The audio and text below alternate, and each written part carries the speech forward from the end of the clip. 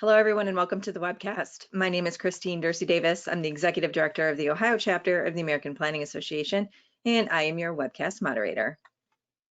Today is Thursday, December 17th, and we will hear the presentation, Equity Planning. For technical help during today's webcast, you can type your questions in the chat box located in your GoToWebinar tool panel.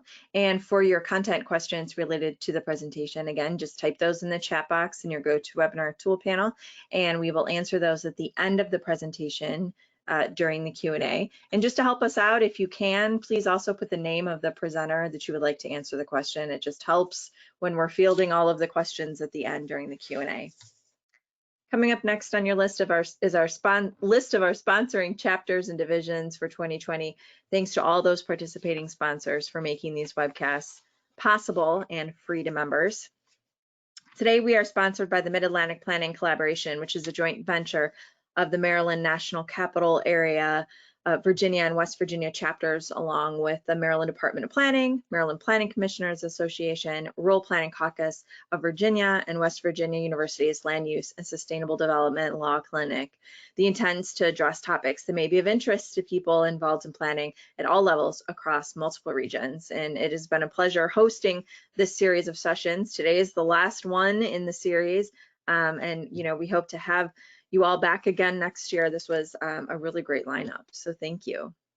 Coming up next on your screen is a list of our final webcasts for 2020. So there's one more and it's tomorrow. You can head over to ohioplanning.org/planningwebcast to register for that. We are booking well into 2021, and I will be having those sessions available within the next week or so for you to register for, again, on our webcast webpage. So head over there so that you can see our great lineup for 2021. Today's session has been approved for 1.5 AICP CM credits, and to log those credits, just head over to planning.org and log into your MyAPA account, and from there you can either search by today's title or event number, both of which can be found on our webcast webpage. Be sure to head over to Facebook and like us. That's where I post any important information like date or time changes, and also when there are new sessions available for you to register for. So be sure to like us and subscribe to our YouTube channel. We record all of our sessions and make them available on our YouTube channel. So by subscribing, you'll get notified when we post new sessions. And if you haven't visited us over there before, we have over 300 sessions available for you to view. So be sure to head over and subscribe to our channel. Again, when you think of those questions, just type them in that chat box in your GoToWebinar tool panel, and we'll answer those, like I said, at the end of the presentation during the Q&A. So with that, I am going to turn it over to Joe Griffiths, who is going to kick things off, and I am going to close out my screen. So you're not supposed to be seeing anything but all of our faces. So don't think that you're missing something. But I'm going to go ahead and turn it over to Joe to kick things off. Okay. Thank you, Christine, and thank you to APA Ohio for supporting the Mid-Atlantic Planning Collaborative in our series of webinars. We've really enjoyed it, and don't worry, we'll be back. We have a meeting on January 6th, so just around the corner to talk about the next series. So it's not the last you've heard of us. My name is Joe Griffiths. I am the Local Assistance and Training Manager for the Maryland Department of Planning, and I helped coordinate and work with our great panelists today to bring together this session for you. And now I want to give them a chance to introduce themselves. First, we'll start off with staff from Baltimore City. First, we have Stephanie Smith, the Assistant Director for Equity, Engagement, and Communications. Stephanie. Yes, good afternoon. Thank you, Joe. Thank you to everyone that took time out of your day to join our panel today. As Joe mentioned, I serve as an assistant director in the Department of Planning in Baltimore. My focus is on equity, engagement, and communications, and I'm excited to share with you some of the things that we've been doing in Baltimore and some things that we're planning to do in the future to make sure that we're as responsive as possible to all communities and all the neighborhoods we serve. So I'm very happy to be here today. Great. Thank you, Stephanie. Next, also from Baltimore, we have Lena Brave, City Planner.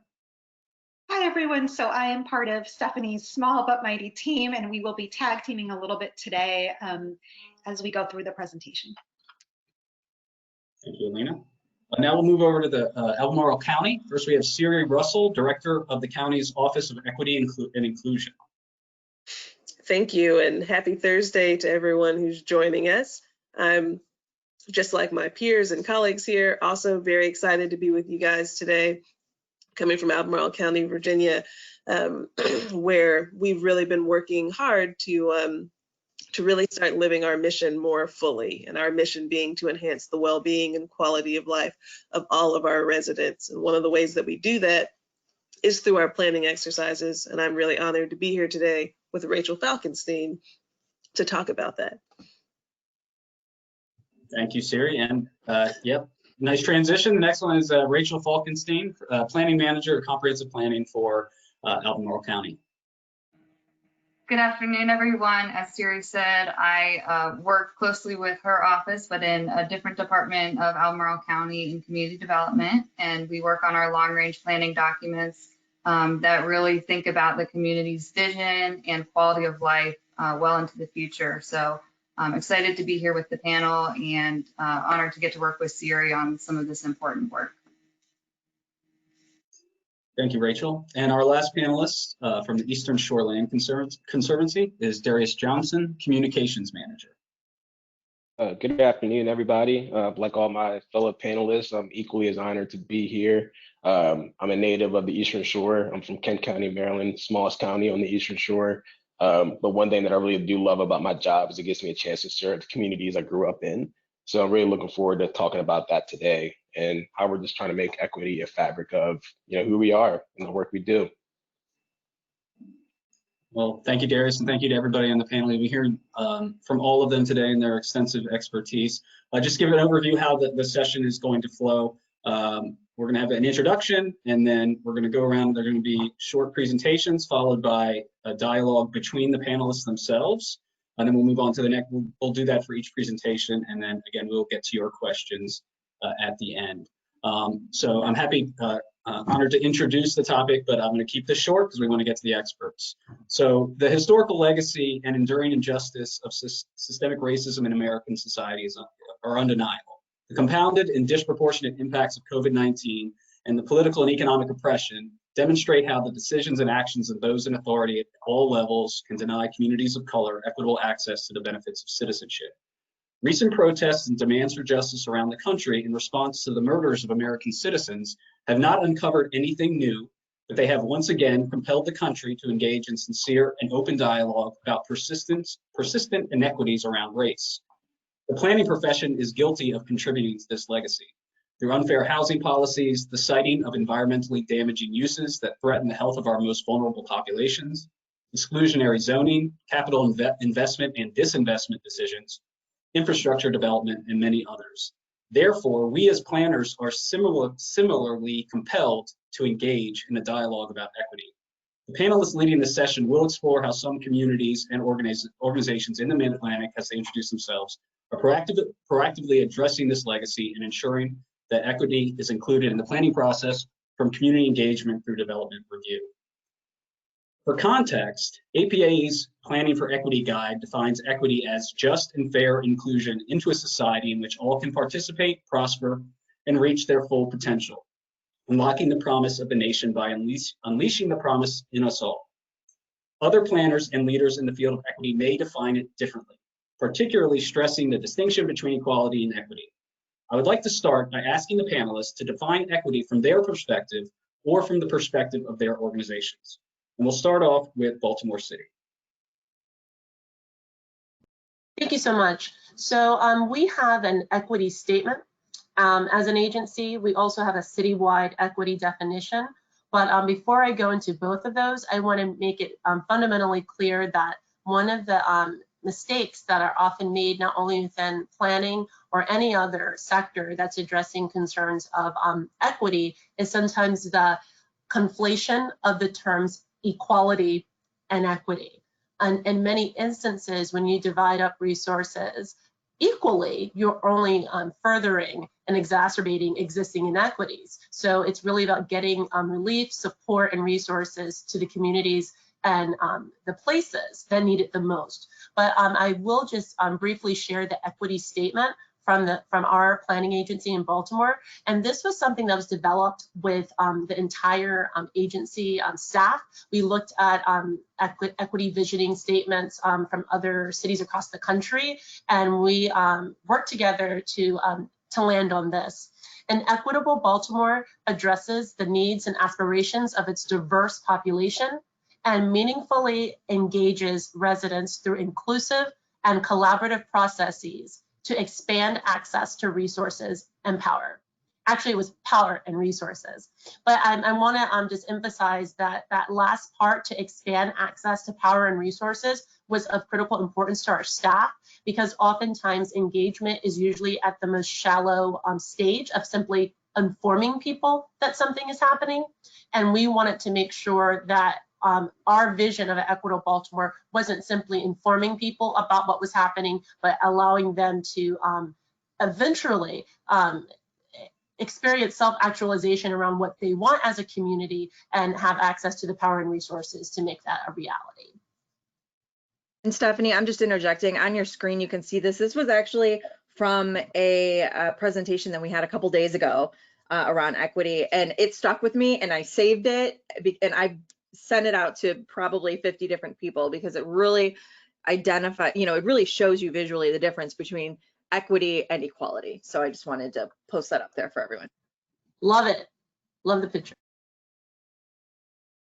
Alina, did you want to add anything before we move on to Albemarle? Nope. Okay. All right, we'll move on to Albemarle County. Your definition? Thank you, and we'll probably be brief because I think we'll co-sign everything that Stephanie said, so I'll put that out there first. I think I would only note that for us, we've really tried to connect how we talk about equity to our mission statement.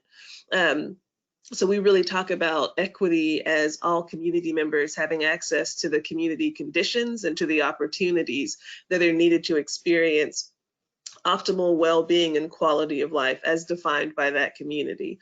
And so ours, we really tried to connect to the mission, because that's for us overarching and the thing that sort of connects all of our local government organizations together. But I love your inclusion of power in your there. That's awesome. Thank you. Rachel, did you want to add anything, or we'll move on to Darius? Sure. So I'll co-sign what everybody else says, because I definitely support those definitions as well. And I'll also be transparent in saying that at Eastern Shore Land Conservancy, this is a new process for us, essentially. So, this is a working definition for us, and a working process that's never ending. But basically, how we look at equity at ESLC is just ensuring that everyone has a chance to benefit from the land that we protect. But also that means that we constantly and consistently recognize when we are using or misusing our power to impact the Eastern Shore quality of life for all people. And also making sure that we have the moral courage to do what's right for the common good. But the main thing I really want to emphasize is just that power dynamic, because oftentimes we misuse our power without even realizing it. Oftentimes we use our power not to the fullest extent. So there are different ways that we can adjust that power dynamic to, establish more equity, in our organization and in the work that we do. So that's something that we're going to consistently work on. Thank you, Darius. So I hope that the audience keeps those definitions in mind as we move along through today's sessions and see where they can make the connections. So I think we're going to start off with Baltimore City, telling us about some of their initiatives. And I think the panel can turn off their cameras now.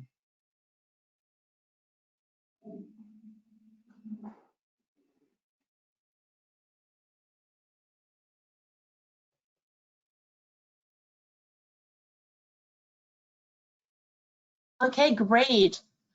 Thank you everyone for joining us. So we're going to discuss our equity action plan and our equity committee and some of the parts of the plan we've been able to implement thus far, and some of our plans for monitoring progress moving forward. Next slide. This will just be kind of what we'll review, kind of give you some background about how our agency got involved in this type of work. We'll go over some of the goals of our equity action plan and then share some resources. Next slide. Next slide.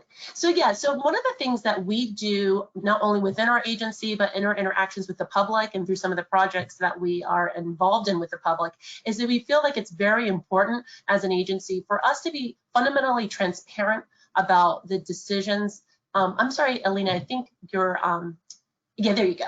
About how there are certain things that happen far before any of us were born that have planted and sown the seeds of inequity, and that we've inherited these legacies, and we have to have an awareness of those legacies in order to actually effectuate change and to build trust around communities that have been harmed by these legacies. So I wanted to show you quickly, this is the 1910 New York Times cover on Christmas Day, and it discusses that Baltimore has tried a drastic plan of race segregation. It noted that the Oriole City had adopted the most pronounced Jim Crow measure to date. And I think that is an important place for us to start when we're dealing with community, is for us to recognize that there have been systems, policies, and procedures that have been not only employed, but attempted to be employed and just slightly modified to promote racial separation. And in this instance, a Black attorney wanted to move into a very stately street, McCullough Street. At the time, there were no other Black residents on the street, and that simple act led to a city council representative, the city council, and the mayor to put forth this ordinance.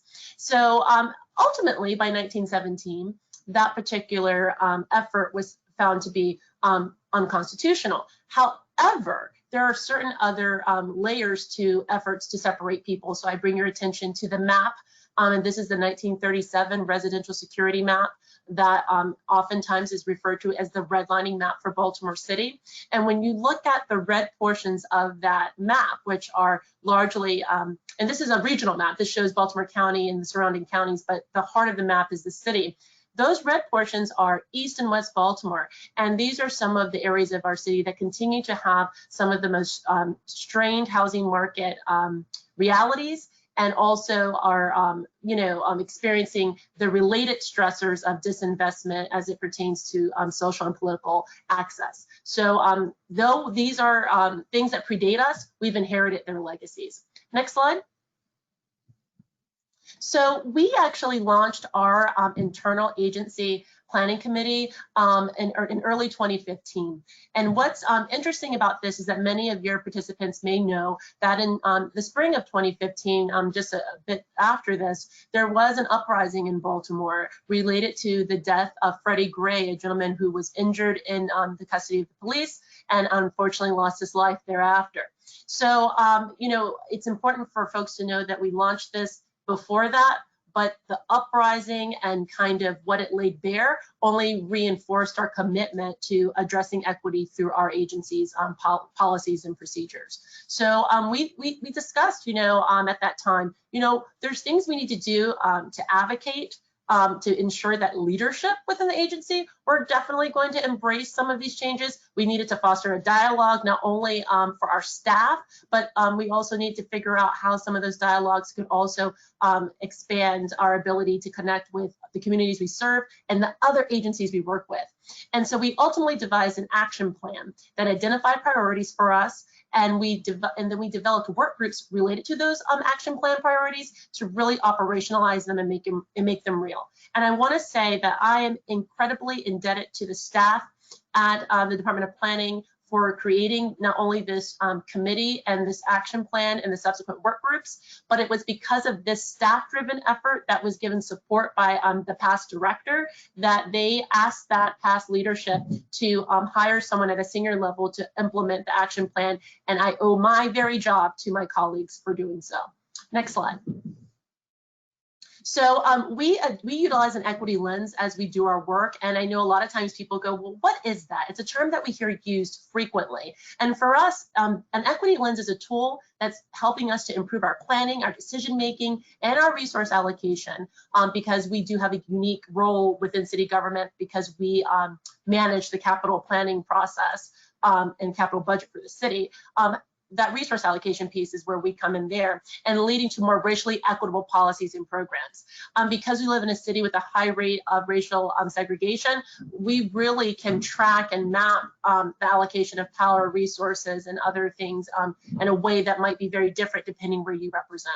So the equity lens we use came from the Urban Sustainability Directors Network. And if you're wondering, why is the Baltimore Department of Planning using the Urban Sustainability Directors Network equity lens? It's because the Office of Sustainability for the City of Baltimore is a division of the Department of Planning. And in this 4-part equity lens, it prompts you to ask yourself questions as you are developing programs, implementing programs across these four categories. First, structural equity. Are there historic advantages or disadvantages that have affected the residents in this given community where this project or this particular set of activities are happening? Procedural equity. This is where I think oftentimes people are not realizing the fullness of their power, but there are many times that residents have not been authentically included in planning processes, not only at the conception stage, but through implementation and evaluation. And these are elements that don't really require a lot of change. It's just, how do you do business within your agency? What time of day do you do things? How do you engage people across various platforms? And I know that COVID-19 has challenged all of us around that engagement piece. And distributional equity goes back to what I mentioned, how are civic resources and investments explicitly accounting for racially disparate outcomes. And when you look at the segregation that may be present in your community, it can be even easier to assess that. And then lastly, one of my favorite pieces of this equity lens is transgenerational equity, because too often we do not ask ourselves about any undue or unfair burdens we're placing on future generations that are less likely to be present at the policymaking or planning table. Next slide. So we have an equity assessment program law in the city of Baltimore that was passed in 2018. And one of the hallmarks of that law is that it required agencies to do some things differently in their bill reports to City Council. So whenever an agency reports to City Council on a proposed ordinance or resolution, that agency shall include in that report results of an equity assessment of the proposal's impacts on its operations. So our interpretation of this is that this gives us an opportunity to think about our staff reports across the commissions that we support and to see how we can institutionalize a reporting out on some equity metrics so that we can not only assess trends over time to see if there's maybe something that we're not accounting for when we're just looking at projects on a one-off basis, but when we look at a portfolio or a catalog of activity across our Historic Preservation Commission and our Planning Commission, for example, over a calendar year, can we see trends that maybe beg some intervention, a policy intervention, an update to the zoning code or something of that note? So the equity assessment program began with essentially every agency just creating a baseline analysis of where they were with this work, with the training their staff had been exposed to on equity, and what their operations and capital projects were doing to include considerations. And in the subsequent years, which we find ourselves in now, we're required to actually report out annually our efforts to implement our own agency equity action plans, and every agency is expected to have an equity coordinator, analyze our capital budget for equity, and also submit an annual report to the mayor and city council. Next slide. So the 5 goals of our equity action plan, which I must say predates the city ordinance, is right before you. I won't read it word for word, but I think one of the things that we really thought were important is that we need to just have deeper and more robust engagement across communities that have not been served as robustly as possible, and really deepen our commitment to ensuring that they are fully integrated into our planning processes and outreach. We also wanted to make sure that we were working to improve the pipelines in terms of fellowships, internships, and hiring to build a staff that more adequately reflects the demographics present in our city. We also wanted to make sure that there's so many things that you can be doing within an agency through planning that, again, don't involve a law to be changed, but how can we always develop these programs and processes with an eye towards inclusion, to making sure that that folks, regardless of age, ability, education, and access to Wi-Fi, are able to participate authentically in the things that we're accomplishing and are charged with accomplishing within our agency. And then number 4, which is very unique to Baltimore City, is using an equity lens to prioritize capital investments. And then lastly, evaluate just all of our internal policies and practices related to equity. Next slide. So in our equity action plan, goal number 1 about improving and increasing dialogue between underserved communities. Next slide. We have some projects. I want to give an opportunity for my colleague Alina to discuss the Planning Academy that we've been conducting, because she is a key player in pulling this Planning Academy together. And we want to make sure that she gives the opportunity to explain how she pulls it together. Alina? Sure. Hi, everyone. Sorry about the slides moving around a little bit. So the Planning Academy is something we have been running for a couple of years. It is a 6-week cohort-based program, and the vision for it is we want to build community leadership around urban planning generally, but very specifically the zoning process and development review using a Baltimore lens. We have 3 goals. One of them is to really build community, and that's why we use a cohort model with 30 participants.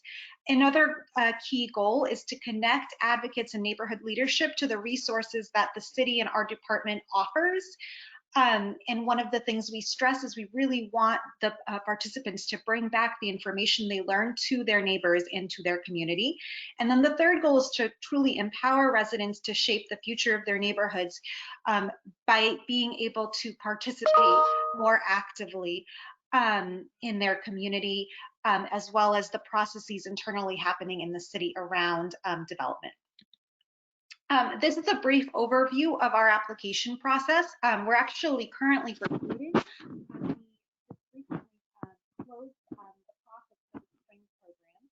Alina, we can't hear you. You're a little muffled. Oh, sorry about that. Can you hear me now? Yep. Okay.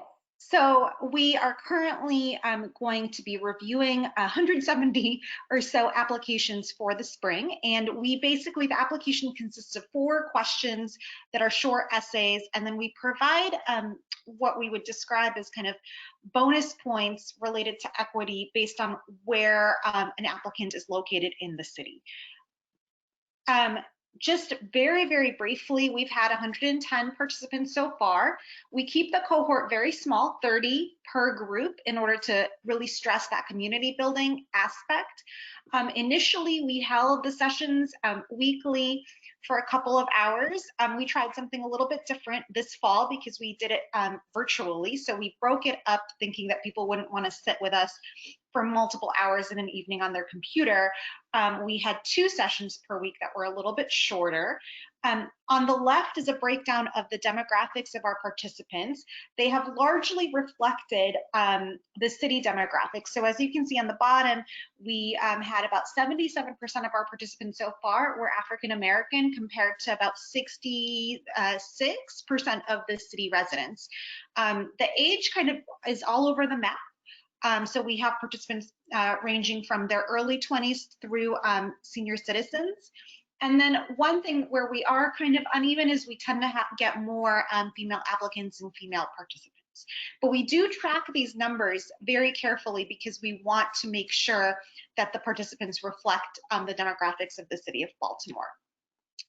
Also very briefly, this kind of goes through our curriculum. We always start with a discussion of the history of racism and how it affects urban planning specific to Baltimore. And then from there, we delve into kind of the nuts and bolts of zoning and development, and we spend quite a bit of time on that.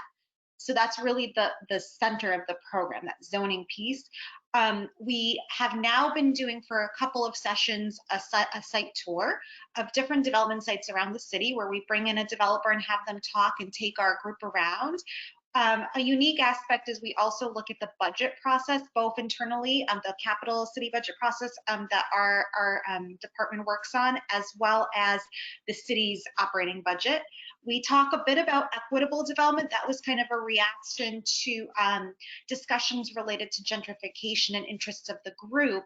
So we really try to bring that conversation in towards the end. And then new for this past year, we brought in real estate development and finance, and we brought in a really great local speaker to break that down for our participants as well. So I'm taking it back to Stephanie. Thank you so much, Alina.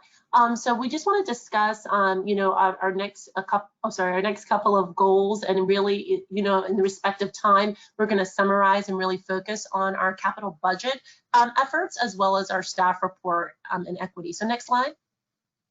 So yes, so right here in goal 3, we wanted to figure out how we could actually create more of a dynamic and robust impact from our staff reports, because we actually do track a good deal of racial equity information and neighborhood character information in our staff reports, but how it's presented and how it is you know, pulled together, it's not necessarily in a way that is highly replicable for review as you do a look back. So we wanted to enhance the existing format of our staff reports, particularly for our Planning Commission and our Historical Preservation Commission, because they are meeting every 3 weeks and on matters that are really advancing, you know, the land use system, and encourage more discussion. So right now, we actually just left a meeting of our Planning Commission where they were giving us additional feedback on our proposal to modify staff reports in this way. And one of the things that you know, people are usually worried about is you do not want to require regulators, which in many ways our commissions are a regulatory function, to make decisions that are outside the scope of the regulations. So we are not doing that. We're just adding additional context and information and putting that also in a mapping format so that we can track trends over a calendar year and over years to see if there is an instance where certain types of neighborhoods or certain parts of the city are facing a certain type of phenomenon, and does that beg a specific intervention to address that, whether that means updating the zoning code or creating another policy or procedure. Next slide. So one of the other aspects of the staff report that we really want to have more fidelity to documenting in a very easy to focused way is around developer public engagement reporting. We have not really created a way for us to look back and see what the trends and what the levels of public engagement by developers really looks like with community members, depending on the scope and nature of the project. We know that depending on the nature of the project and the scope of the project, it will beg a certain type of engagement level. But even with that being said, we haven't really tracked the quality of that engagement. And we want to use this as a way to better inform how not only to support community members as development comes to their community, but also as a way to help our developer community, because all developers are not coming with the same experiences or the same resources. So we want to ensure that everyone has the tools they need to best, to best engage with the communities in which they're planning to operate. Next slide. So these are some of the aspects of the proposal to update the staff reports that you can see right here. We want to look at some data in the beginning and have that data kind of formalized across all staff reports. We of course will retain narrative observations by our staff as it pertains to the specific projects at issue, but we really want to have components around the impact, the equity impact, the engagement piece, and then the internal operations of our agency as we respond to these projects as they're being developed. Next slide.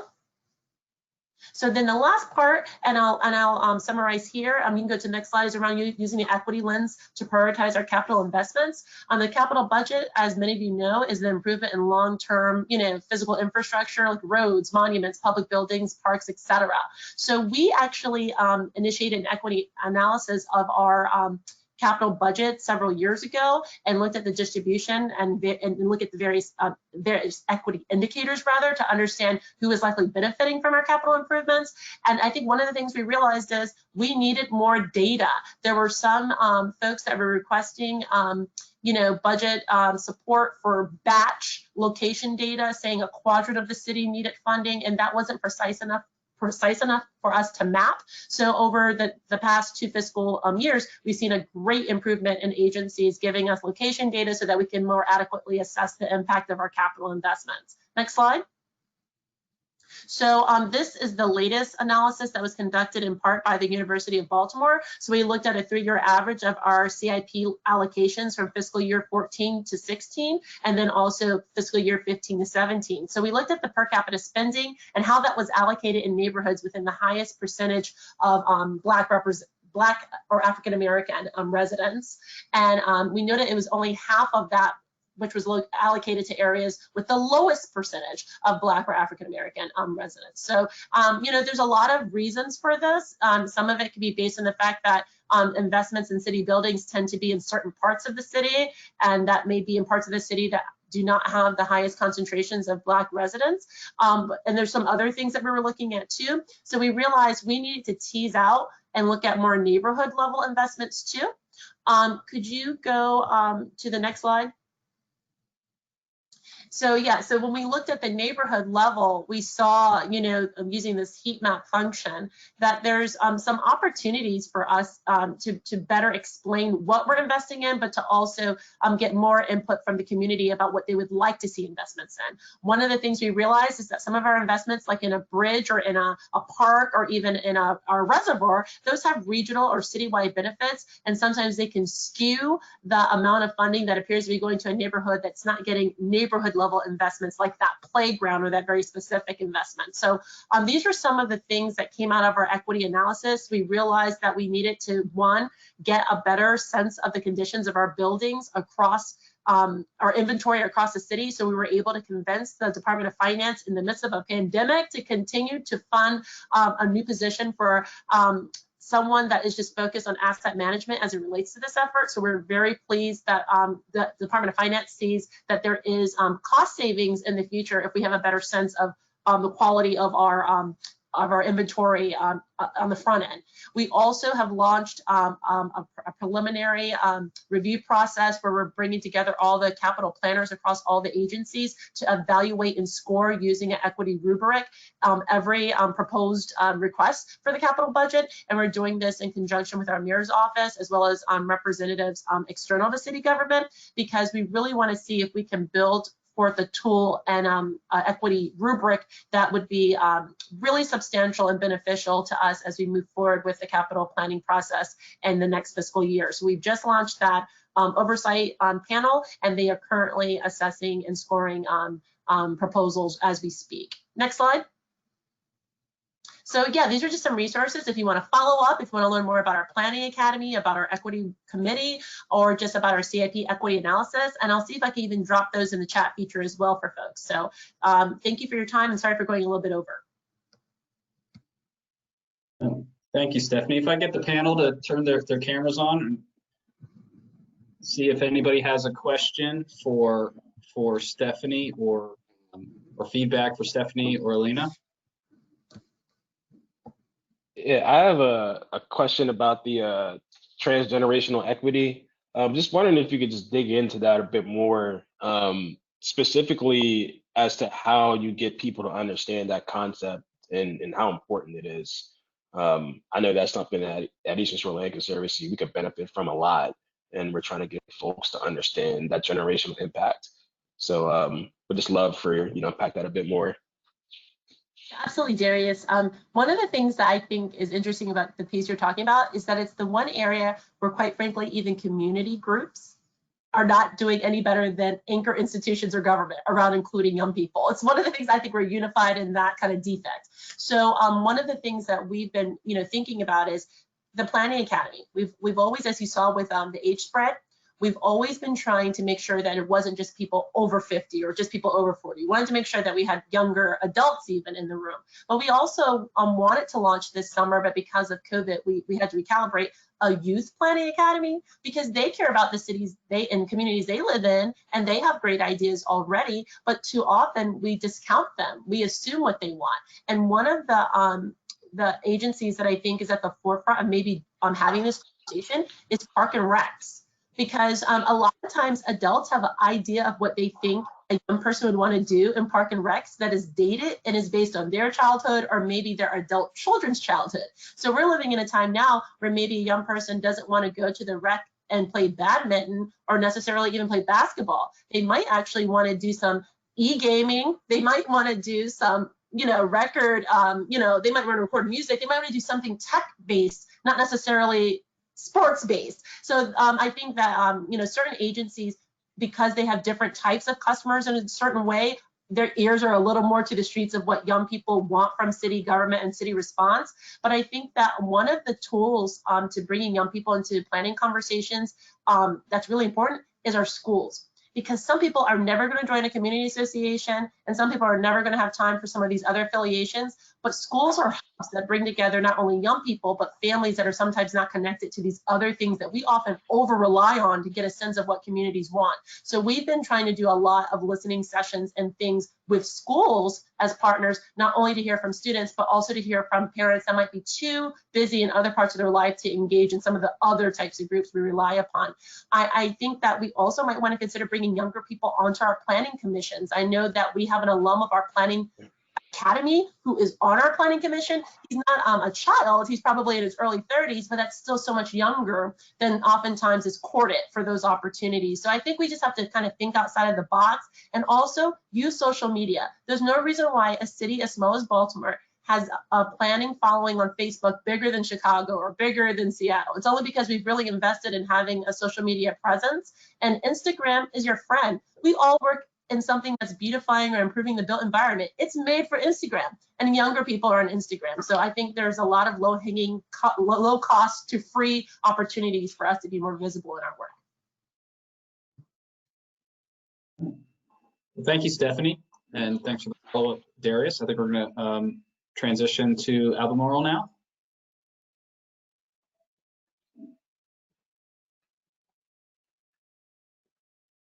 While we're transitioning, I did just want to say, Stephanie, I really, Annalena, I really appreciated your presentation. There was so much really exciting work being shared there.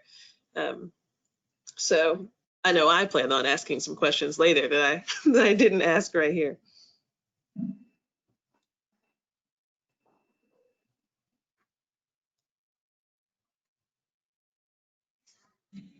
Are you able to see my screen, Siri? Everything looks great. Yep. Okay. That's good. All right, awesome. So I think I'm going to start us off. We've already introduced ourselves, but here representing Albemarle County. You can go ahead and flip to the next screen there, Rachel. Nothing I'm going to say on the intro slides, all that interesting. So we wanted to give a little bit of background about Albemarle County and about where we're at as a community. I'm not going to give a ton of demographic information or that sort of thing because you all have Google, but there's a couple of things that we wanted to point out. One of which is, we are a county. We're a mid-sized county, so we're not terribly large. We've got a little over 100,000 humans in Albemarle County, Virginia.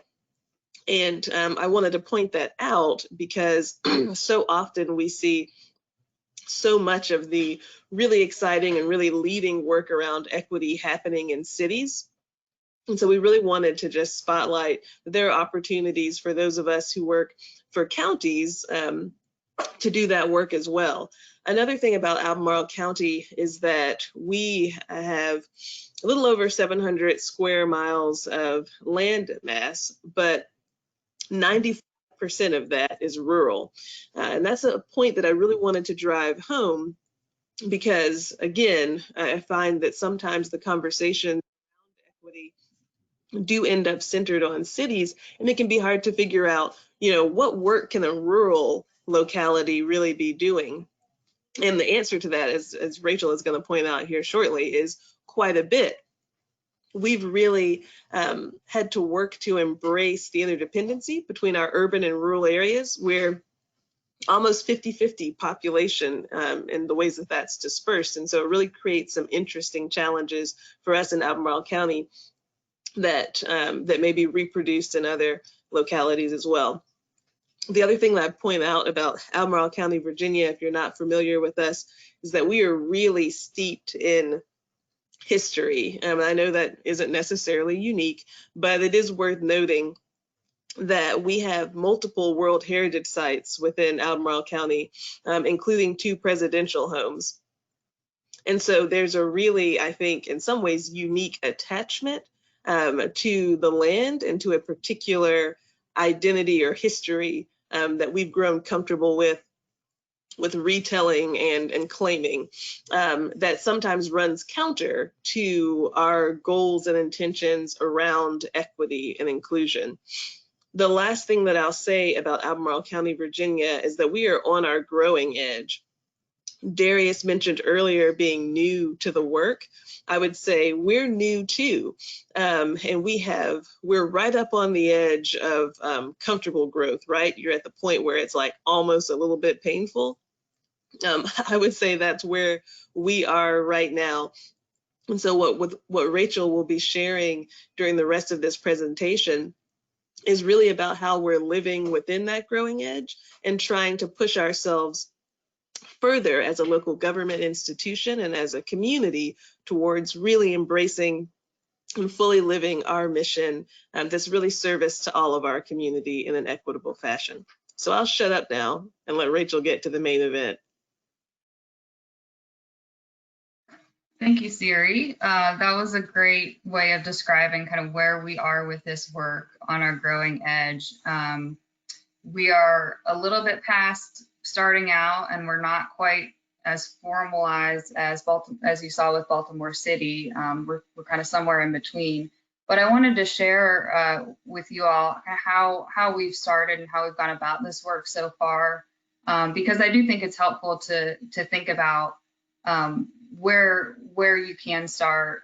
You're not going to have a full formalized process on day one, but you can start this work right now. And I'll share kind of what we've done and some of the lessons learned from our work so far. So I'm going to talk about kind of 2 streams of work we've done in our long-range planning program. And when I say long-range planning, I really just focused on the visioning documents for the county, our comprehensive plan, our master plans for our specific development areas, and other long-range documents like that have a time frame that we look out into the future and try and set a vision for our community of 20 years. So they're really visionary, kind of high-level documents that inspire people to kind of think about what we want to be. So the first stream of work that we've been doing along the work of incorporating equity into planning is what I'm calling education and research. And this work is really kind of focused on 3 main goals. As we were kind of reflecting on the topics of equity and racism in our internal team and long-range planning, we reflected on the fact that we don't have a really strong grasp of the history of planning in our locality and what forces shaped our current land use and zoning maps. We know about some of the racist tools and segregationist tools that have been used in the past, but the local information is something we feel we need to know more about to understand kind of how we can begin to kind of redress and dismantle some of this. And so that's kind of the first main goal of doing this education and research piece. Secondly, we want to bring awareness to other histories. As Siri mentioned, we have a really prominent historical narrative in Albemarle County focused around, pre-colonial and colonial times and the presidents that lived here, the white landowners, the wealthy landowners. But there are other histories here too that are really prominent. Interestingly, Albemarle County at the start of the Civil War had 14,000 enslaved people living here, and that was more than half the population at that time. So there's quite a bit of other history here, and we want to bring awareness, we want to learn about it, and lift it up in our planning and policy decisions. And then lastly, and definitely most importantly, is dismantling and redressing any racist and harmful practices within our policy and regulatory tools. So a couple of examples I'll share, and I don't have time, unfortunately, to talk about all of these, but there are a couple of projects listed on this slide of kind of work we've done around educating ourselves, educating the community, and doing research to better understand the planning past in Albemarle County.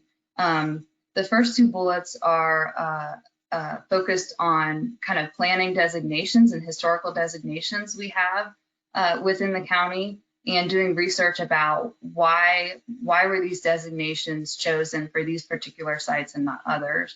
And so a current master plan we're working on, there's a historic district in one of our development areas, the community of Crozet. It's a National Register Historic District, and there's an African American community right adjacent to that district that was left out of the National Register district because it didn't have the structures there didn't have the same integrity. They weren't as intact as the structures within the historic district. And so doing that research and kind of understanding that past, and then thinking about, well, what planning tools can we use? What policy tools can we use to focus on these other areas that are just outside of the district? Similarly, we have this Crossroad Communities designation in the county, and some research and partner with Siri's office and the University of Virginia. We had a student do a research project to identify how our Crossroads communities, the selection of them seemed to intentionally leave out some African American communities within our rural areas. So starting to uncover that kind of complex past is a first step of this work, and important for us to start to move forward and think about how we want to change and update our land use and planning tools. So some just lesson learned for this stream of work of the education and research. Lean on partners. It's not something our small office has the capacity to just spend time on doing all of this research. That it's complex, it's layered, there's so much out there. We're fortunate that we have the University of Virginia in Charlottesville and Albemarle, but there are other partners too. If you don't have a university in your locality, high schools, other local nonprofits we've worked with to do some research projects to help answer some questions we have. The second point is learning is ongoing, and it shouldn't be a reason why you delay work, because it's so complex and so layered that we may never know the full picture of why decisions were made. And then lastly, the point I'll make is communication is part of the equation, and this goes back to the complexity as well. Storytelling is a really awesome skill and an important part of this. It's not just about educating your staff, but educating the community as well, so they can understand why it's important to relook at some of these policy decisions that have been made in the past. And moving on, the second kind of stream of work that we've been doing to start off on this work has focused on community engagement. So I won't read all these, but I'll point out the goals on this slide are right now kind of informal internal goals we set for ourselves just within our team. We're getting to the point where we can hopefully formalize these in a policy document, but we felt like we needed kind of some guiding principles for us to help us make decisions about how we do community engagement.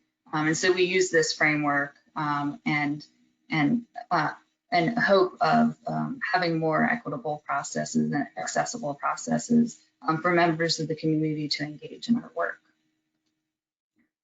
So a couple of engagement examples I'll provide of work that we've done along improving equity in our engagement processes are on this slide. And I'll share that, as I said in the beginning, these are long-range planning documents that we're talking about, and the processes themselves can be 2 and 3 years long.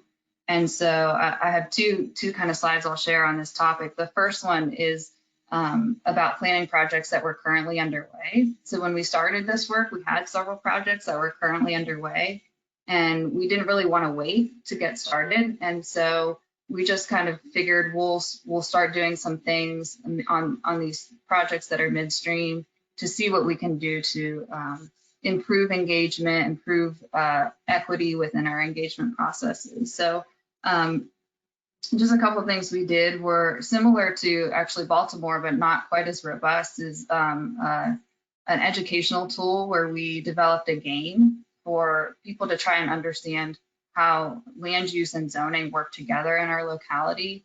And we brought that out to the community, and we developed online tools and a video as well to try and pair with that. But I love the idea of a planning academy, making this a more formalized process. So that's definitely something I'll take away from today. But the other point I'll share on this slide is just trying to think about engagement differently and going to where people are rather than expecting them to come to you.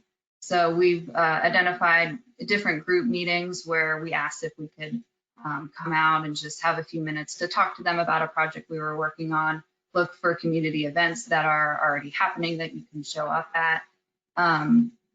In the time of COVID, see if there are any community group Zoom meetings that you can jump on.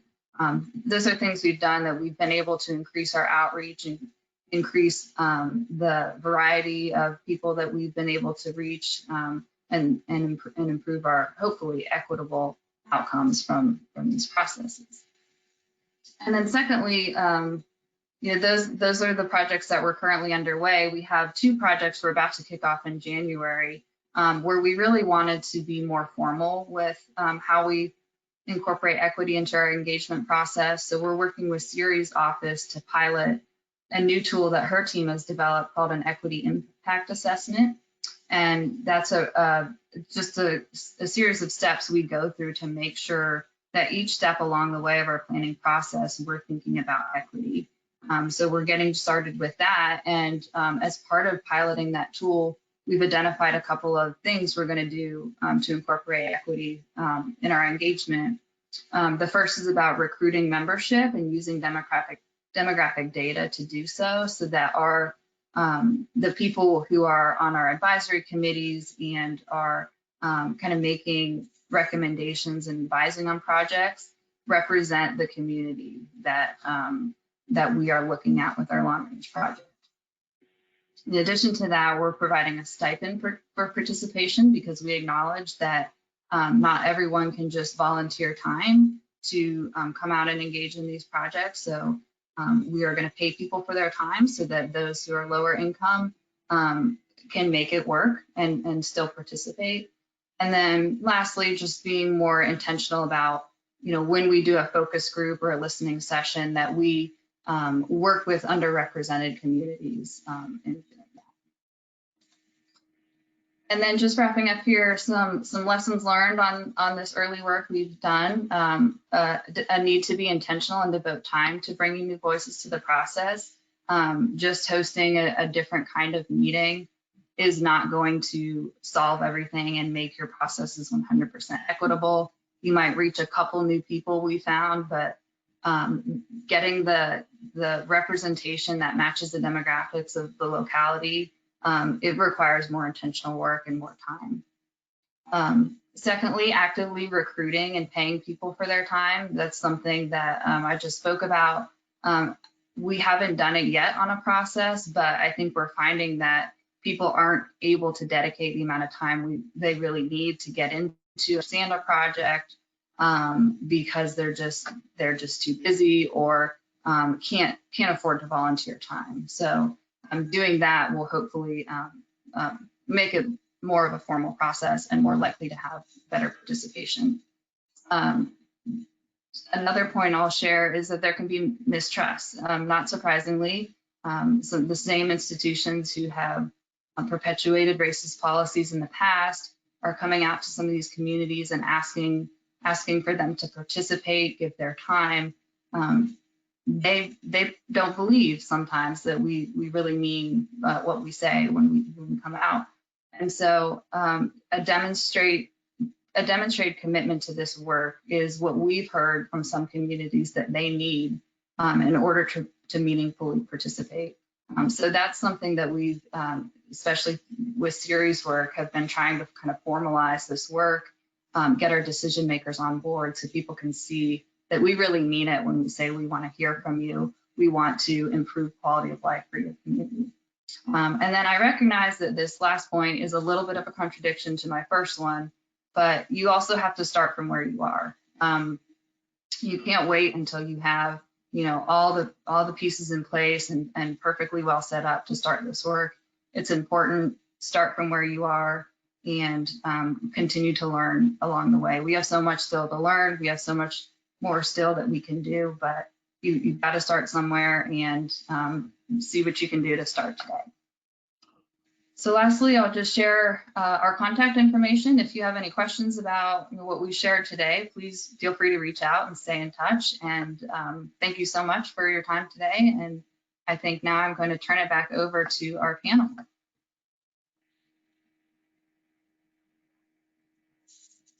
Thank you, Rachel. Thank you, Siri. I will turn it over to the panel. I think we have time for one comment or question for Albemarle.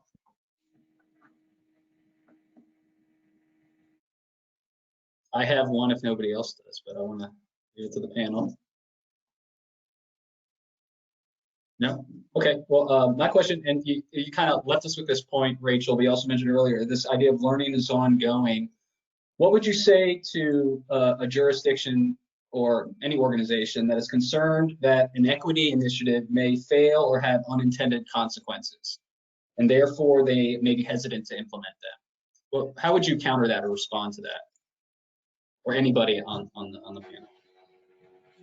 I'll make a quick response and then I'll see if Siri has anything to add. I will say you just have to be willing to be uncomfortable. This is really hard stuff, and people are going to be uncomfortable. The white people in the room are going to have to be okay with being uncomfortable when we talk about our racist past. And if you're not willing to do that, then you're not going to make any progress in this work. I would 100% agree with Rachel. And I'd say, you know, something that someone said to me actually just the day before yesterday is they said, you know, this work isn't rocket science, but they didn't mean that in the usual, you know, like, oh, super complex. What they meant was we haven't figured it out yet, right? We know how to get a human being to the moon, right? But we don't yet know how to solve the questions around equity because we haven't done it yet. And so you can't be afraid to actually do here. And failure, I think, is in some ways inevitable because certainly we have failed on some of the things that we have done, but we haven't let individual failures stop us from taking on the whole thing. So we would just say, keep going. Well, thank you. I think we're going to pivot to Darius now, and we'll still have time at the end for questions for the entire panel.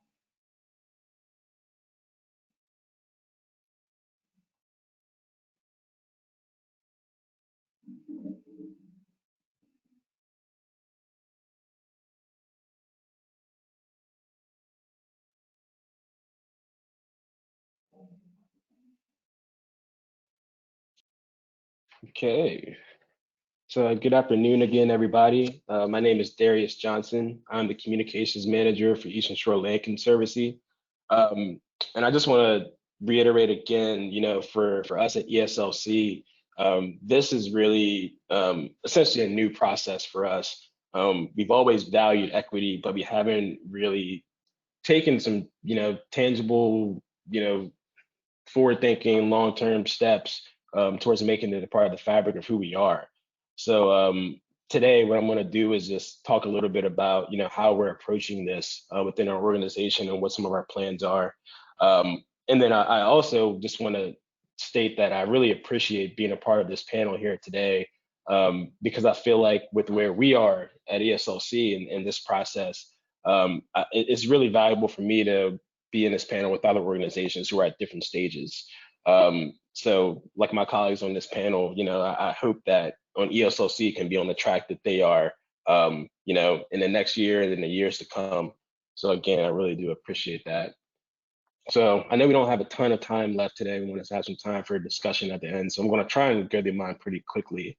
But basically, this process that we began at Eastern Shore Land Conservancy, you know, essentially is all about digging deeper and understanding what race means to us, what equity means to us.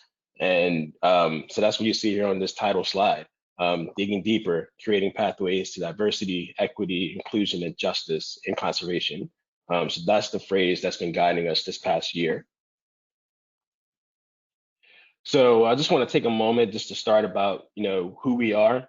And I'm just going to put it simply, you know, at Eastern Shore Land Conservancy, when I look around at my colleagues, our board members, our supporters, whether they're volunteers or whether they're donors, You know, we're conservationists, we're history buffs. Some of us are birders, some of us are bikers, some of us are hunters, crisis managers, civic leaders, farmers, and plenty more.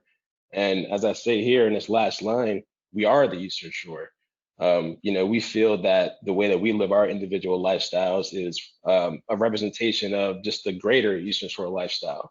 And we want to stay anchored in that because that's the way that we make sure that we stay connected to our communities. So a little bit about what we do. So Eastern Shore Land Conservancy, we're a land trust, you know, an agricultural land trust. So we were formed in 1990 out of the urgency to protect agricultural lands from development and ultimately the Eastern Shore's backbone industries that relied on those agricultural lands and the health and sustainability of them. You know, in a place like this, you know, that's rural, people have always made a living off the land or off the water, you know, getting their hands dirty or putting their boots to the ground. That's a lifestyle that people enjoy here, they're proud of, and they want it to sustain.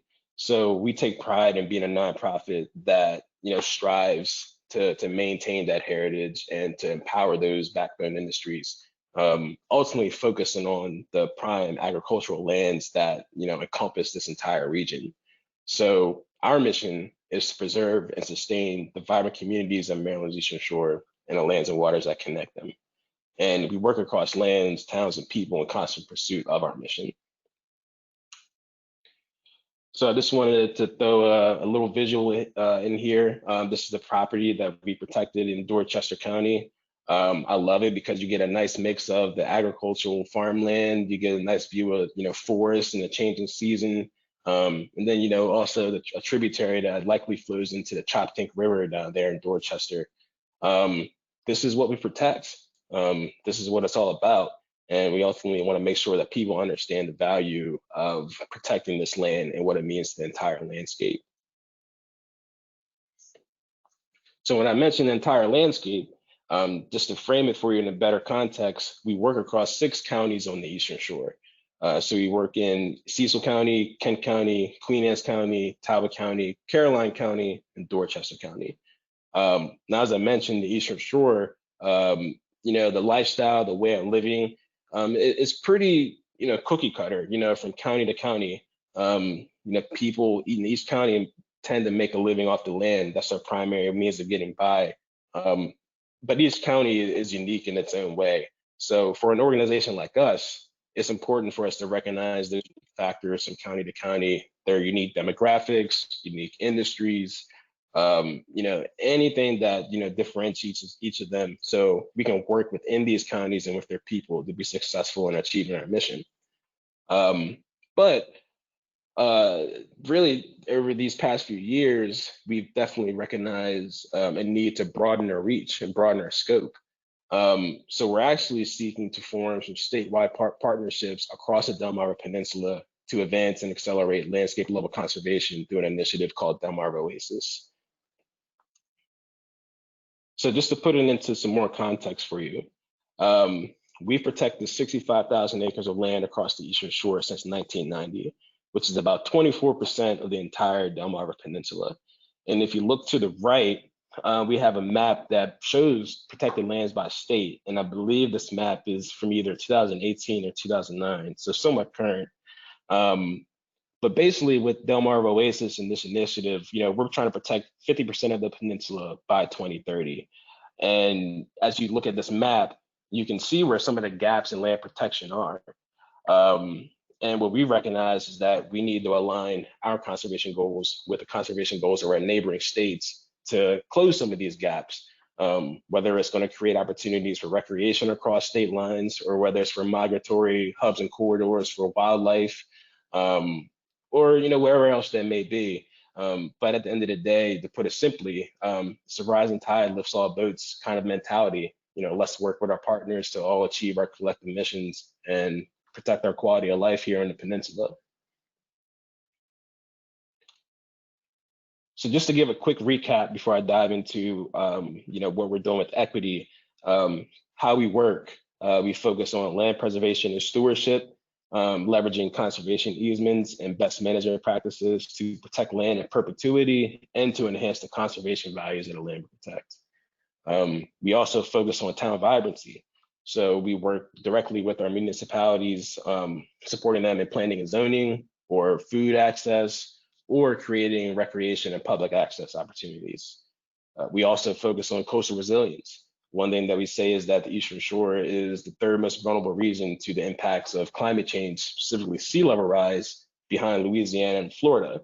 So it's really important for us to understand that identity and what that means, and to take responsibility to try and mitigate any adverse impacts that we see coming ahead.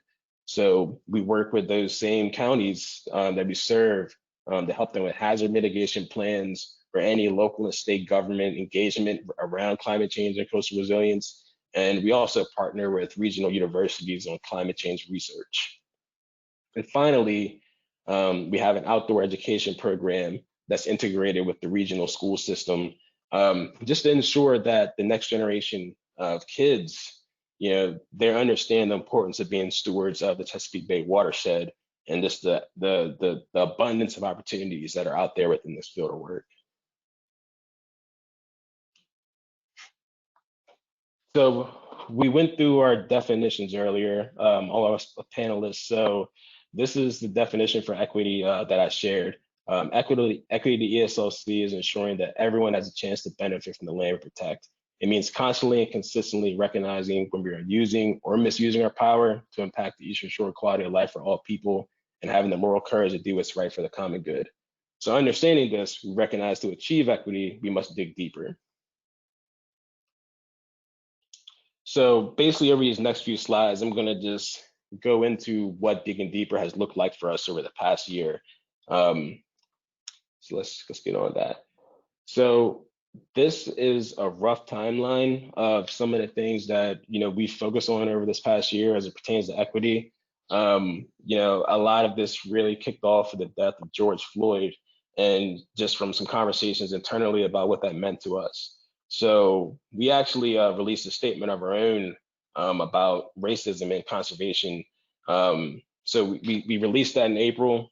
And as a communications manager, I'll be transparent in saying that I wasn't comfortable with writing or putting that out unless I felt like my organization was going to take the necessary steps to act on it. So what you see in the next several months, on the slide, is some of the actions that we've taken. So what we did is we actually turned that statement into an internal outreach series in which we invited past and present board members and staff members to have a dialogue about how we all connect with the land, how race relations has changed our perspective of the society that we live in over this past year, and then taking those two questions and figuring out where the gaps are for Eastern Shore Land Conservancy in empowering and achieving equity in the work that we do. So basically in August, we had our first conversation at our headquarters at the Eastern Shore Conservation Center. We had a second conversation at a local farm of one of our former board members. And then also in September, we actually joined the planning committee for the Audubon National Society's annual Taking Nature Black Conference, which is a really important space for us to be in because it gives us opportunity to connect with an audience that we don't usually connect with. But it also opens up a lot of opportunities for shared learning and understanding about just what race means in the conservation field, and what our role is in that. So following that, in September, we had another conversation at Turner's Creek, which is where our education program is housed. And then, of course, I had a phone call. 1 second. Okay. And then in October, we also participated for the Chesapeake Conservation Partnership's annual meeting, in which we co-led a workshop on rural equity and helping conservation. And then finally, here today, we're participating in this workshop for you all. So this timeline basically shows that we've spent a lot of time understanding our own role and our own voice within this space, and making sure that we're leveraging our voice in the best ways possible just to make a tangible impact. So I know we have a few minutes left. So what I want to do really quick is just give you all a glimpse of some of the conversations that we've had. So I have an audio recording that I want to share that was from one of our Digging Deeper conversations.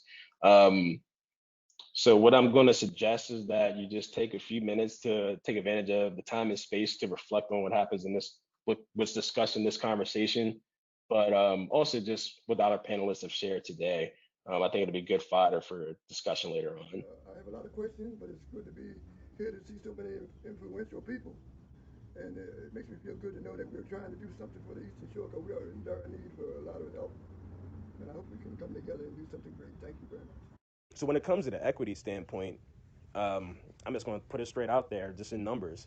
So we've protected over 300 properties across the Eastern Shore since 1990. That's over 65,000 acres. And only one of those properties is held by a Black family, and that's in Dorchester County. So when you think about that, and you think about where money comes from to those families, from the federal government, from the state government, DNR, the U.S. Army, you name them, these different groups who want to protect land for their own goals too, meeting with the landowners' goals, none of that money has flowed to African Americans. It is systemic. It is systemic, but that's the structural, just in terms of what ESLC does, that is one of the structural inequities of the process according to what it is that we do. So it's no surprise then, is it, that there's only one Black family that has chosen to put their farmland, their acquired wealth, their land. And I'm curious because in an easement program, it doesn't surprise me. Sitting here listening, and I hear where if you have a lot of land, then you have value. Yeah. I only have a half of an acre of land in the community. I would like to know the advantage of your committee towards me and my surrounding people in the same area that I'm in, the advantage they will have with your committee. It's not significant, sir, to be quite honest with you. From my perspective, the advantage of a committee like that to you personally, to the Eastern Shore Land Conservancy, to you personally, in terms of this, not so much. Right. In terms of the collective impact of what Eastern Shore Land Conservancy does, maybe more, okay? But it's like, it isn't something that would necessarily personally benefit you unless you value the agricultural history, how do I say, unless you value the landscape around you, spaces like this. Invariably, our properties are not included. Black people's properties do not get included in the scale of things. Why is that? Because you are not a part of the fabric. You're not a part of the fabric. So therefore you're overlooked. It is not inclusive. It thinks that because in most of the towns that are around here where they're doing things, we are included in a peripheral status. We're not the main components of the towns.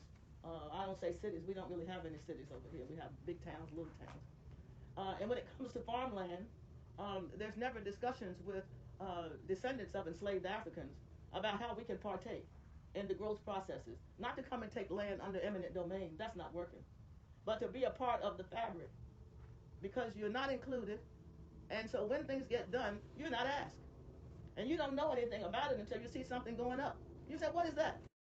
But when the final deal goes down, we're not included. We're not included. And that takes place on county levels, that takes place on state levels, that takes place on organizational levels. Eastern Shore Land Conservancy is no different. But once you kind of get yourself in there, and if you have an opportunity to do, then maybe things could change. But if you never get in it, maybe things will never change. I'm not interested in anybody coming here telling Donna and I what to do. However, we want to be a part of the planning process. And I said one of the things that we fail to do with our kids is to let them know how important the land is, because this is where we get our food from. You know, I haven't had a garden probably 25 years, but I do know how to grow tomatoes, cucumbers, and so on and so forth. I do know how to go out there and cut a tree down without it falling on me. It's little things that we need to bring back to our community to want to stay here. you know. And as far as like what you were talking about, the trails, I've been coming here for 15 years, and I'll have a conversation with these ladies, and she invited me to come back yesterday. She was telling me about today, and some of the things that were shared about the trails. It's real important. I mean, people are looking for something to do. We're social beings. Right. We are social beings. We all need each other, but we try to become individuals. When I was a kid, we all needed each other. We helped each other. Now it's everybody's an individual. Right. I don't want to go on and on and on. But that's the way I feel about it. You're right. Yeah, I've been around a long time. I've seen a lot. But I see this is the 21st century. But you sit and think about the hatred that is out here today. It's disgusting. Yeah. You know, like we come a long ways from slavery and from the caveman and the jungle man or whatever you want to call us. So we need to be respected, and we need, in order to be respected, you got to give respect. All of us have to look up at each other and say, "Hey, you know better than I am, and I'm no better than you are."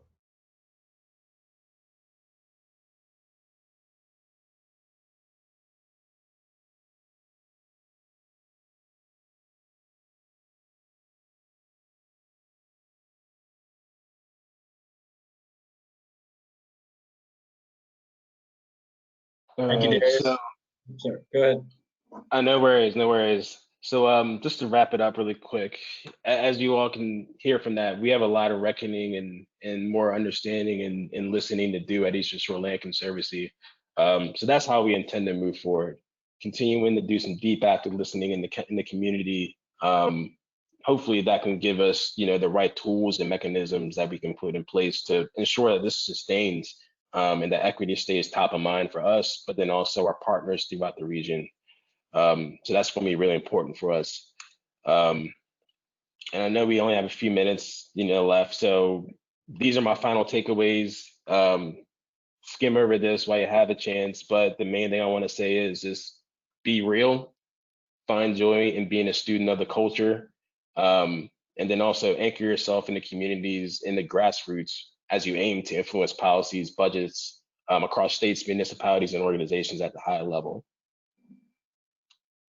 And then these are just some links and resources if you'd like to reach out to me, or if you'd like to check out our diversity statement and understand more about our mentality with this. And then also the annual Taking Nature Black Conference, registration actually opened for that today. So, if you want to dive into this some more with some more people, that's a great opportunity too. All right, thank you.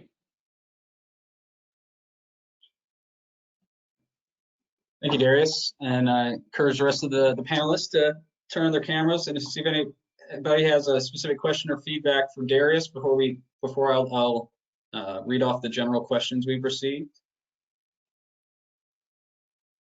It was a powerful recording. Thank you for sharing that, Darius. Yeah, I have a question for Darius, because for some of us, and I believe that Siri or Rachel mentioned this in their presentation, we are doing work sometimes in places that we don't necessarily hail from, and maybe some of our colleagues do not hail from the places where we're doing some of our planning work. So for you being a native son of the region in which you're doing your work, how do you think that has been an advantage as you're working on issues of equity, or do you think it has been an advantage, or is it neutral? I'm interested in that particular experience. That's a good question. I mean, just being honest, it's exhausting and it's empowering at the same time. I say that because hailing from here, having generations of families that have gone back, I can trace my family back 400 years on both sides. It's deep rooted. So I've had to deal with it my entire life in many different ways. So that's the exhausting part of it. But the empowering part of it is knowing that I'm with an organization that is a trusted regional stakeholder that cares enough to make this a part of what we focus on. And I know I have people around me who want to empower me to make an impact in that same way.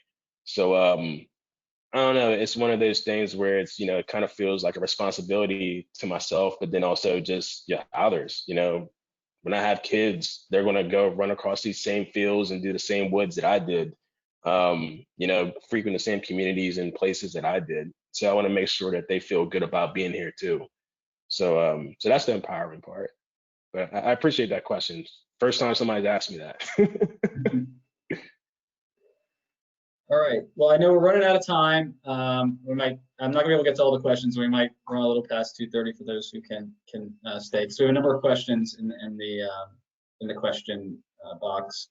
And I might have to skip over some just to make sure I want to get to the ones directed to specific panelists. But first one is somebody's asking about EPA's EJ screen, saying that it seems to provide indicators on the possible problems in the community. But I would think more critical are the community discussions and strategies that this information may highlight. So what they're asking, it's like, have you used EPA's EJ screen? Have you combined it with the community insights as part of your equity work?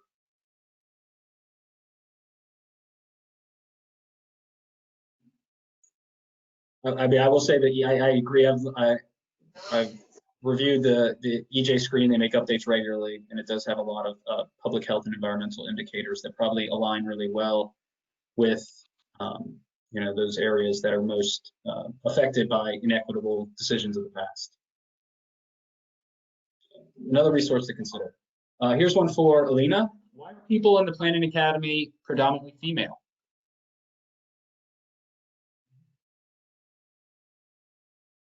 I honestly do not know. I can only say that that is predominantly who has applied. So in terms of who participates, kind of mirrors that. In general, when we do follow demographics, we have tried to go back and kind of address when we see, for example, geographically that there's not a lot of people applying for a certain part of the city. And then we usually try to work with the community planner in that particular part of the city to do more targeted outreach. However, for the gender gap that was identified, we haven't really done a targeted campaign towards men, and maybe we should try to identify some organizations in the future to try to balance things out a bit more. Thank you. Next question is for Stephanie. How is the public involvement used in conducting the equity analysis, or how does the when you have your impact, you're using your equity lens, how does the public involvement inform that? Okay, so we have only set forth one citywide plan that utilized equity lens. So that was our sustainability plan that was updated in 2019. So it was first established in 2009 and 2019. In the development of the sustainability plan, we actually use sustainability ambassadors. So something very similar to what I was hearing Rachel mention is that we want to compensate people for their time. Oftentimes we pay consultants to find regular people to tell us what regular people want, when really we could just be maybe eliminating a bit of the middleman and getting right to impacted community members. So we had, I believe, north of 1,500 responses, but we had about 300 ambassadors, and they had small budgets to have a team of people to go to the farmers markets, the bus stops, public housing, wherever it was that they had personal connections, to ask people some simple questions. What do they like about their experience living in Baltimore? What could they see improved? And I think one other question, there's only 2 or 3 questions. And we used that response to kind of gauge, where we could expand beyond some of the core environmental work of our sustainability plan to certain things around human systems. And one of the things that was really interesting about that process was that I was not actually working at the Department of Planning when this process was happening. I was just a member of my community that was pretty involved. And one of the things that I really commend sustainability staff for doing is that they were looking for population racial parity, and the response is much to what Alina was mentioning with like how we've been trying to make sure that people participating in the Planning Academy, are representative of the city. And they recognize that white women were overrepresented in responses, and Black men specifically were underrepresented in responses, and Black people generally. And so I was very involved with the Urban League at that time. So they consulted with new consultants that had different types of relationships with grassroots organizations in Baltimore. And they did a series of kind of smaller focus groups to really target, to ensure that they were getting more responses that were representative. And one of the things I think was so important about that is that sometimes people have equity goals, and if they fall short of them in process, there's kind of a, oh, well, we tried. So the fact that there is a pause and a recalibration midway to say, hey, we can see we're on a trajectory that's probably going to fall short of the goal. We're going to have to recalibrate mid kind of planning process, and then see if there's some new ways to get some new voices involved. That's how I was first exposed to their planning process, is that I was part of that group they were trying to bring in to make sure they weren't missing voices. So now we're in the phase of implementing this plan with fidelity to public input. And that's going to be another kind of challenge, because one could argue the easy part was, providing these various on-ramps for public engagement, providing resources, providing funding for people to participate. The next part would be across city agencies, and in the face of COVID, having some challenges engaging with people to ensure that as we're implementing various phases of them, that we are helping. So one of the other things that we did do that was different is we started using a platform, and Alina, you can correct me if I'm pronouncing it incorrectly, because it changed, the company changed its name. We were introduced to it as Civic Comment, and I think it now goes by Convevo or some other type of name. But essentially, I know at the federal level, when people are taking public comment on a rule, you would just go to regulations.gov and put in that bit of comment feedback. But a lot of our localities kind of different ways of doing that. So by using Civic Comment, it was a way for people to give comment directly into the draft of the sustainability, and then other people could see your comment and even respond to your comment. And we thought it made the whole commenting process more alive, because sometimes people won't give comment because they assume someone else covered it. And if you go in there and you realize something wasn't mentioned at all, then you realize I really need to get in there and lift this up. But we also did do pop-up in-person opportunities. We have an annual sustainability town hall, and there was another method for us to get feedback on the draft plan in person with sticky notes and our traditional kind of planning efforts. But we always wanted to make sure we did things that were accessible to public transit, were accessible for different physical abilities, and that also we were providing something that could stimulate people either online, in person, or in another method. Thank you, Stephanie. Christine, feel free to cut us off if you'd like, but I'm going to ask two more questions. I know we're past no time. We thank everybody for holding on with us. This one's for Darius. How does a land conservancy organization work with the planning department, like Kent County? It says Delaware, or Delaware, I guess, to promote equity. Yeah. So I guess I can answer this in a few ways. The first that comes to mind for us, so our coastal resilience program works most closely with planning departments around the region. So the thing that we found on the Eastern Shore, especially being a pretty conservative region, is that climate change hasn't been much of a point of emphasis for a lot of local governments. So I believe maybe back in 2013, we started focusing on coastal resilience. Just building out, our knowledge base and our thought leadership within that space, and started to, do some engagement and outreach to local municipalities, just having them understand how we can support their efforts to build resilience against the impacts of climate change. But even just pointing out what are the impacts of those, just identifying them for them.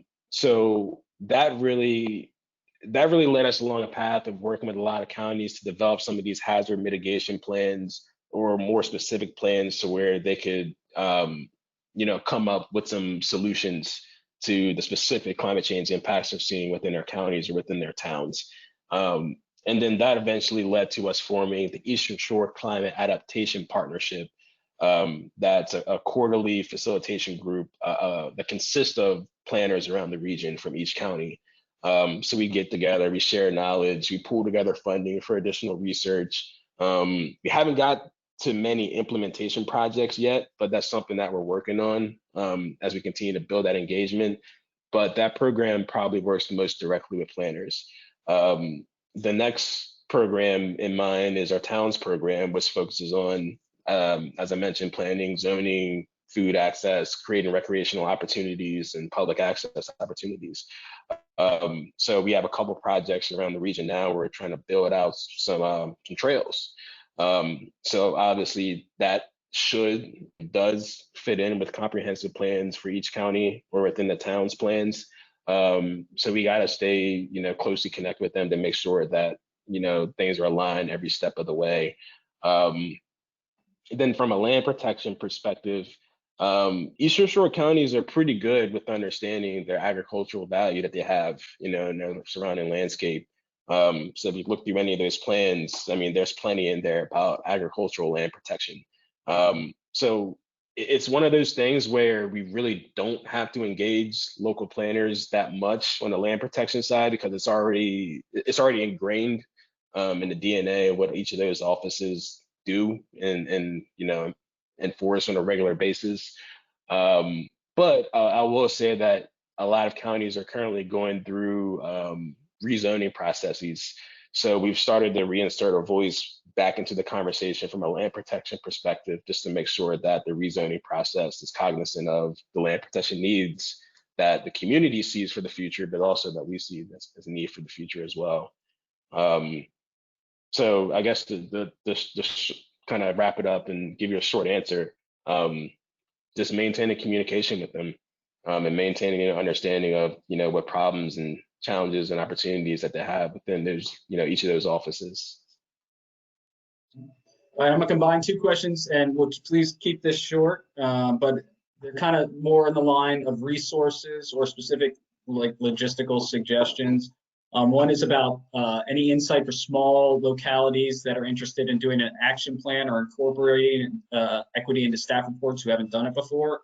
So think about small localities, probably have smaller staff as well. And then finally, is to combine with that, is there a list or a template about core amendments, core policies, core processes, and programs that, or the resources like that a jurisdiction could go find, and then modify it to their own use.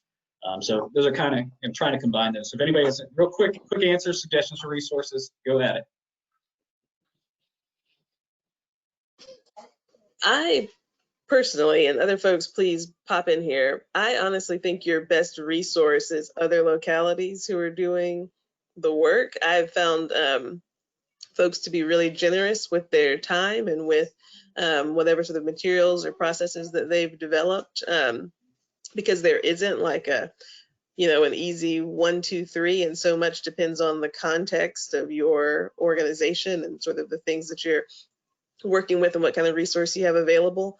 I would say for smaller or if you don't have a lot of resource in terms of staff capacity, then you would not be unlike Albemarle County, because our Office of Equity and Inclusion only has 2 full-time folks in it. So the process of getting it done really requires leaning on the rest of your organizational leadership and bringing other folks into the fold, so that it's not you who's doing all the work of equity, right? Your organization has to be working, not just one particular person. So I'll shut up because other folks might have thoughts on that too.